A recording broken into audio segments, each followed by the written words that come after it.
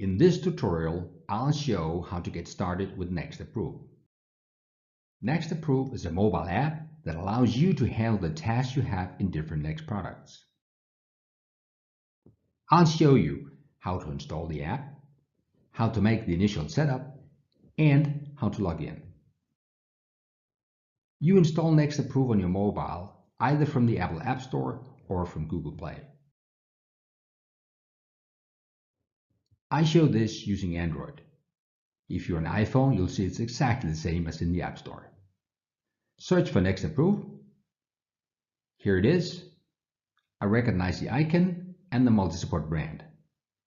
Click Install, and in a few moments, it's ready to go. By the way, we recommend that you allow apps to be automatically updated. One thing less to remember. Now you have a new app on your phone. The first time you fire up NextApprove, it asks for details to identify you and the Next server you're going to use. The tricky part here is the name of your Next server. You have to get that from your Next admin. If you get it by email, use copy-paste to avoid typos. Luckily, you only need to do this once, then Next stores it as your personal account. User ID and password are the same as what you use for Next on your computer.